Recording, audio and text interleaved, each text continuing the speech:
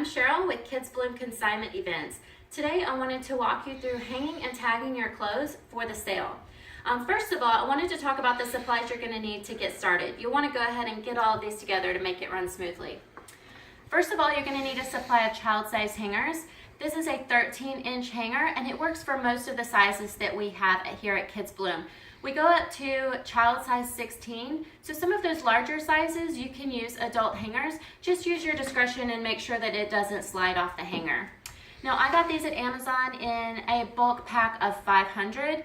You may not need that many, so just find the size that's right for you, but you'll be surprised at how many hangers you actually will need.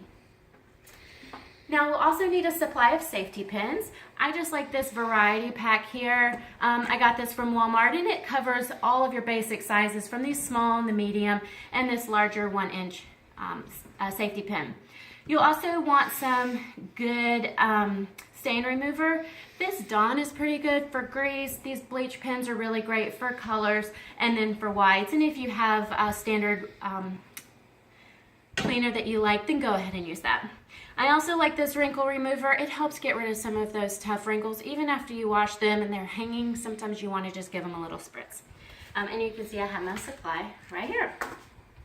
All right, so when we get started, first of all, you want to take your hanger and make sure that the hanger is pointed to the left. It should look like a question mark when you're looking at it. This way, all the clothes are facing the same way on the rack.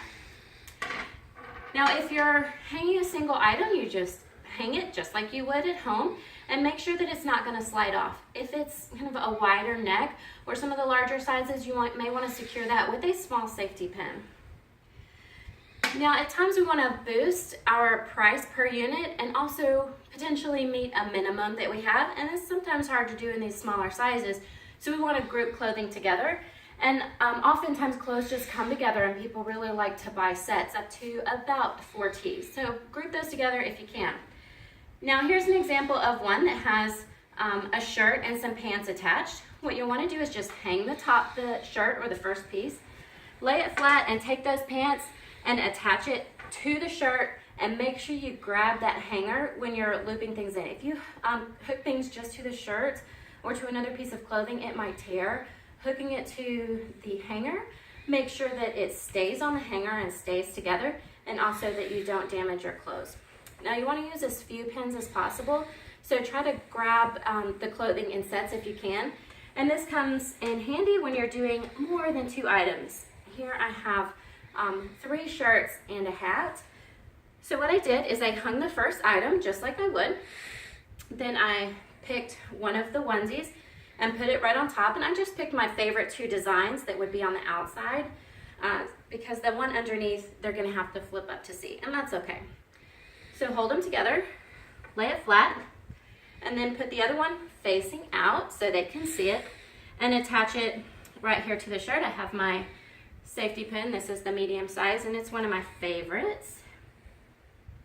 Size 1 is often what they call that. And you're just gonna pin these together. Again, 3 items, 2 pins, that's really fantastic. And making sure you grab the pin in between the hanger, shut that clasp. And then what I did here with the hat is I just stuck the pin through the loop on the top, so I'm not putting a hole in it. I'm attaching it right here to the top of the hanger. And there you go. You have your 4-piece set, so they can look at all the pieces, they can see it on the back. Now, I do want to talk about spaghetti straps and these smaller items for our spring and summer sales. This comes in really handy. Now, what you see here is a little spaghetti strap shirt, and what I did is I took the pin and I looped it through the hanger and around the shirt, like this, so that I didn't put a hole in the shirt. Now this one's really loose. I would definitely recommend you use one of these hangers with the little divots in it so the shirt can just loop right in there. I wanted to show you this is definitely not what you want your clothes to be doing, so you want to secure that a little bit easier, a little bit better. Now I want to highlight the pants here. Sometimes you're hanging pants separately. A lot of people like to buy jeans separate. You want to make sure that these are pretty secure and pretty tight on here. And what I sometimes do is just loop right through these loopholes because it's sometimes really hard to push pins through this material, and that works just fine. All right, so let's talk about hanging the tag on this outfit. Now we have our outfit, and what you want to do is put your tag on the top left of the shirt. So you see here how I've secured it right here on the sleeve. That's because I wanted to make sure this little design was showing. If I had put it further over, you might not have been able to read it. So you just slide it down until it's clear of the design. And this way, when they're looking through, they can see your tag, your price, and your clothes all lined up together. All right, so that's what I wanted to talk with you about today. When you're writing these tags, make sure you use blue or black pen. We definitely wanted to cover that so everyone can see and it doesn't bleed, and it makes it really nice for people to read your prices. Well, that's it for today. Thank you for joining me.